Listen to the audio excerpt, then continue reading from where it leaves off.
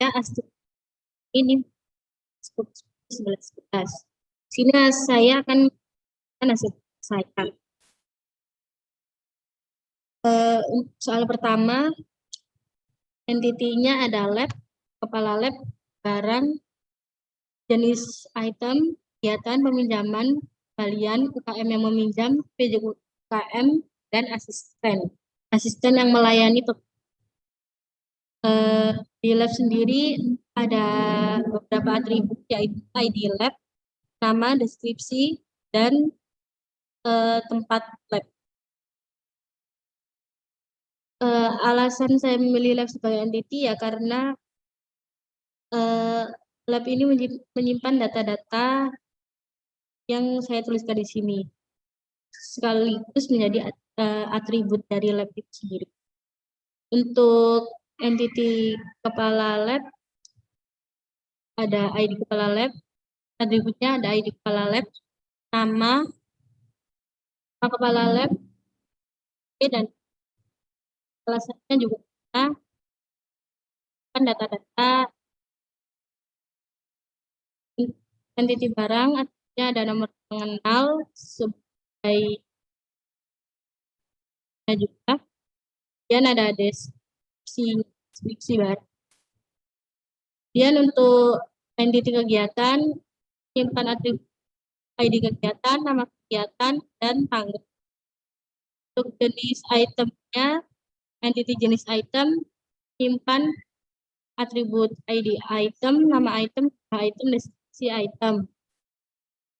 Untuk entity peminjaman, itu simpan atribut ID peminjaman, dan kegiatan ini ditulis ID saja, tapi berarti ini tulisan database-nya tidak usah ditulis di peminjaman, jadi hanya ID-nya jika dibutuhkan.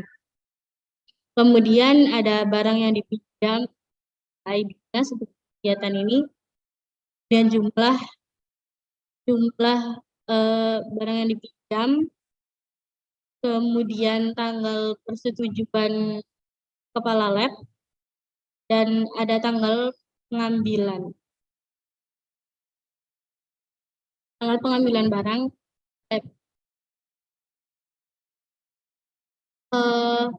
entity pengembalian itu ada ID pengembalian, tanggal pengembalian, kondisi barang saat dikembalikan, dan untuk entity UKM ada ID UKM sama nama UKM. Dan ada PJ UKM, atributnya ada ID PJ-nya, nama PJ-nya, dia nomor telepon, dan alamat PJ UKM jika dibutuhkan. Dan untuk asisten yang melayani peminjaman, itu atributnya ada ID asisten, nama asisten, nomor telepon, dan cukup saja. Kemudian itu untuk soal pertamanya, yaitu mengidentifikasi entity dan atributnya. Untuk yang kedua itu data-data yang redundan dan multi-value atribut. Itu multi-value atribut sendiri, saya di sini menggunakan warna kuning. Jadi nomor HP itu bisa diisikan banyak data atau lebih dari satu. Nomor HP dan nama kegiatan ini bisa dijadikan satu sesuai dengan deskripsi soalnya.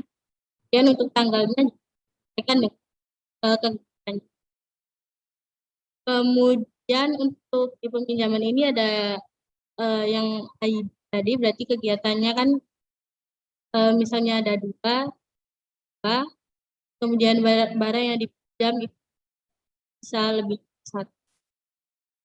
Jenisnya maksudnya, jumlahnya menyesuaikan dari barang yang dipinjam. Kemudian tanggal persetujuan ini juga menyesuaikan dengan atribut yang ini, dan untuk tanggal pengambilannya juga menyesuaikan yang di atasnya. Kemudian untuk tanggal ini tanggal pengembalian itu juga menyesuaikan dengan barang yang dipinjam ini. Mungkin misalnya di barang ini ada 2 barang, misal buku sama pensil, tanggalnya di sini berarti juga ada tanggal untuk 2 barang tersebut, tanggal pengembalian untuk 2 barang tersebut. Untuk kondisinya juga menyesuaikan di data sebutnya ini tadi, ada 2 berarti sebutkan 2 kondisi kan. Kemudian ada telepon ini seperti yang ini tadi, nomor telepon kepala lab bisa lebih dari 1. Ini juga nomor telepon orang itu bisa untuk value atributnya. Redundan atribut saya menggunakan tanda kurung ini lab yang itu sebenarnya saya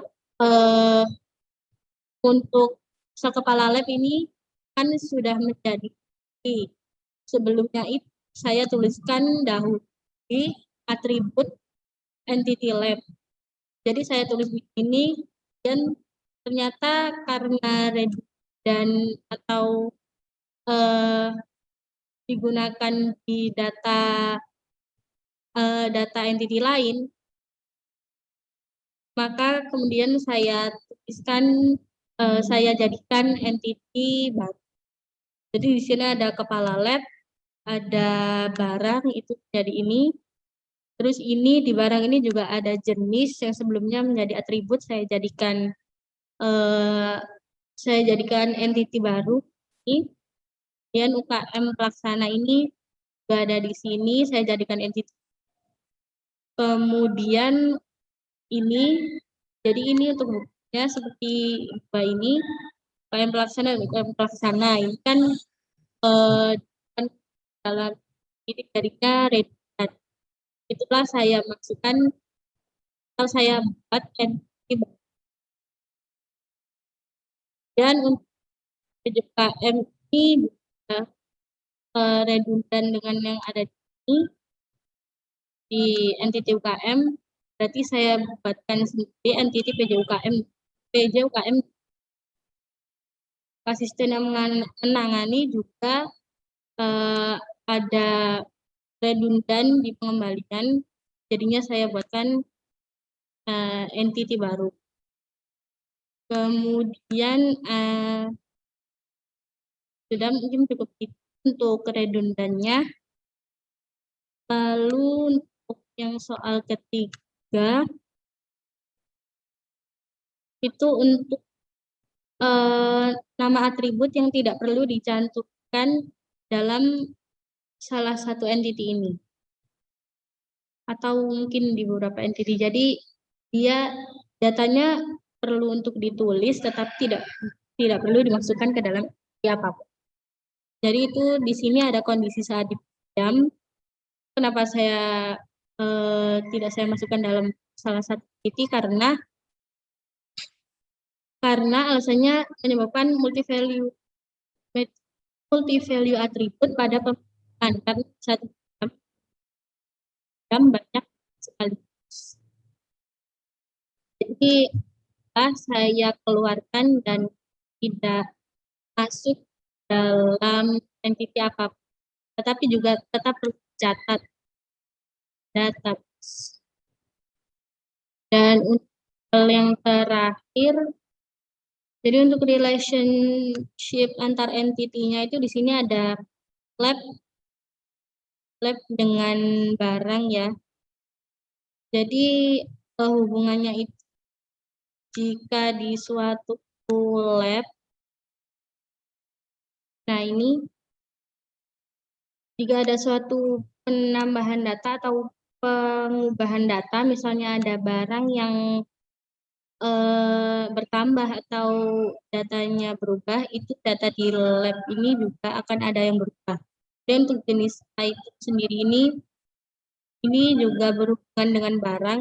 Jadi yang sebelah ini item dengan barang. Jadi ada salah satu data yang berubah di barang, maka jadi jika ada jenis item yang berubah atau mungkin data di jenis item itu ada yang berubah, barang ini juga pasti ada yang berubah berarti dengan lab. Jadi ini barang, jenis item, dan lab itu saling berhubungan. Kemudian kegiatan ini berhubungan dengan peminjaman. Jadi jika di data di peminjaman ini ada yang berubah atau ada penambahan data, itu di kegiatan ini pasti berubah. Kemudian untuk pengembalian UKM, UKM, dan asisten ini mengikuti untuk yang di peminjaman. Jadi misalnya di asisten, data di asisten PJUKM, UKM pengembalian sama pinjaman ini berurutan. Jadi jika di sini ada yang berubah, di peminjaman juga ada yang berubah. Dan jika di PJUKM ada yang berubah, di peminjaman juga berubah. Itulah untuk UKM dan kemudian untuk pengembalian. Mohon maaf, saya dengan kegiatan ya. Kegiatan dan KM. Zaman sendiri, nah, karena di pengembalian apa? Pengembalian itu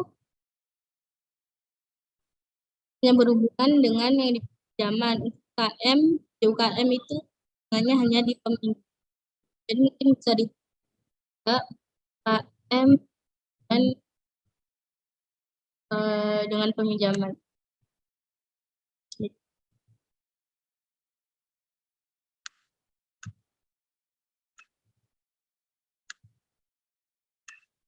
Jadi itu di pengembaliannya ini berhubungannya hanya dengan peminjaman. Jadi ditulisnya bisa ini, berarti sudah tertulis di peminjaman dengan pengembalian. Begitu pula dengan KM, PJUKM, sama asisten. Itu berhubungannya juga dengan peminjaman. Tapi tidak, dan karena di pengembalian hanya berhubungan dengan peminjaman. Data-datanya. Oke, sekian soal yang soal yang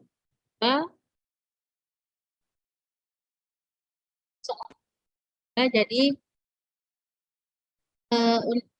entity-nya, jadi ini soal yang kedua itu diidentifikasi dari data ini terlihat bahwa entity-nya itu ada faktor pembelian, mekanik, dan parts atau barang yang dibeli. Untuk alasannya sendiri pastinya karena misalnya di faktur kita menemukan data nomor faktur, tanggal pembelian ya, jadi masuk juga di fakturnya, kemudian nama pembelinya, kemudian ada total harganya ini masuk faktur saja karena untuk pencatatannya itu memang harus di fakturnya, kan di entity pembelian. Alasannya ya karena ada nomor polisi dan ada merek, tahun, warna apa kendaraan atau barang oleh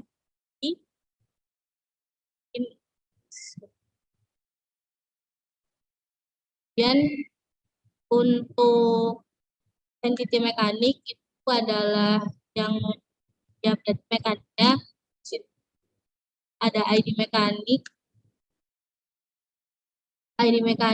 nama mekanik, nomor telepon, dan alamat. Ya, alasannya karena entity mekanik itu memerlukan data-data inti dimasukkan ke dalam database. Dan untuk parts atau barangnya itu karena si pada partsnya, nama partsnya, dan mungkin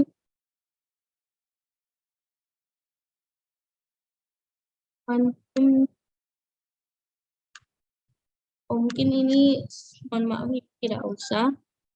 Jadi hanya tinggal harga karena harga ini sudah tetap ya untuk jumlah tadi mungkin bisa dimasukkan ke dalam sini.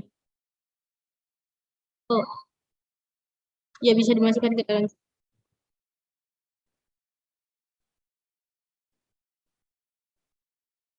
Kan ini relatif ya relatif yang pas barang ini parts atau barang ini pastinya untuk harga sama namanya sudah pasti ya. Mungkin kalau untuk perubahan harga saja tidak setiap waktu. Dan untuk atribut barnya itu ada diskon. Jadi di sini ada diskon, data diskon. Kenapa saya masukkan dalam bar atau tidak dimasukkan dalam entity apapun? Karena diskon itu sudah relatif. Bisa jadi dalam satu faktur ini bisa ada diskon, bisa tidak. Kalau untuk jumlah barang ini kan tadi relatifnya itu karena setiap pembeli ya jumlah yang relatif saja. Kalau untuk diskon bisa jadi di pembelian itu tidak ada diskon. Jadi saya masukkan ke dalam bar, tetapi juga dicatat dalam database. Untuk uh, multi value attribute saya buat sama dengan yang soal pertama tadi, jadi berwarna kuning. Ini untuk multi value-nya ada merek, tahun, sampai bisa dilihat satu saja karena suatu kesatuan. Jadi misalnya ingin cari data pilihan bisa dimasukkan tiga. Dan kalau untuk satu apa salah satu saja atau misalnya dibagi malah kurang efek dan datanya itu jadi tidak unik. Untuk nomor telepon seperti biasa, nomor telepon orang itu bisa lebih dari satu. Kemudian untuk kode ini karena setiap barang itu punya kode ya. Kode part seperti ini itu kenapa multi value itu karena di satu pembelian itu pasti untuk satu orang itu memiliki pembelian yang bisa lebih dari satu. Jadi lebih baik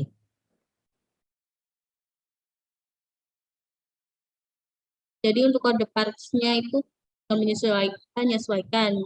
Ya, ada dua seperti ini tinggal dimasukkan ke dalam sini dan untuk nama partsnya itu juga menyesuaikan yang di kodenya, harganya juga menyesuaikan.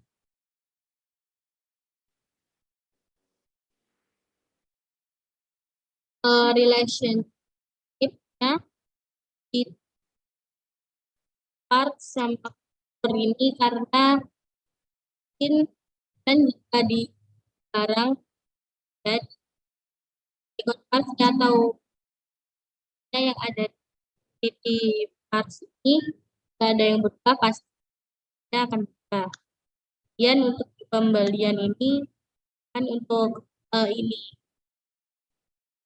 uh, pembelian kan pasti ada data ini.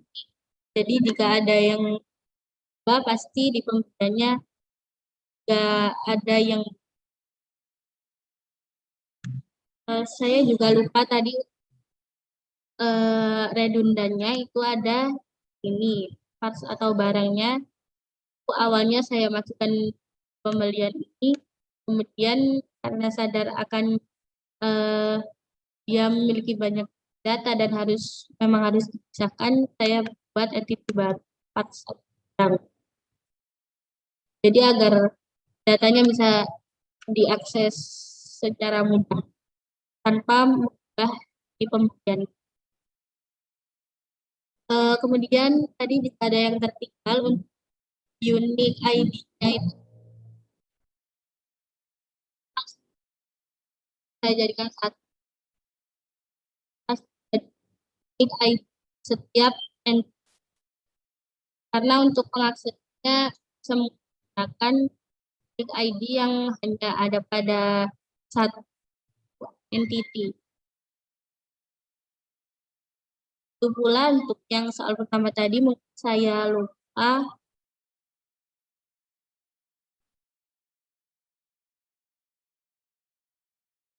Soal pertama, ID-nya juga sama, saya taruh semua ini. Jadi ada ID dan juga ini untuk barang ada nomor pengenalnya sendiri dari kasusnya nomor pengenal. Yang pasti itu nomor pengenal itu juga unik dan tidak akan ada yang nyaman. Sekian dari saya. Jika ada kurang lebihnya saya mohon maaf. Wassalamualaikum warahmatullahi wabarakatuh.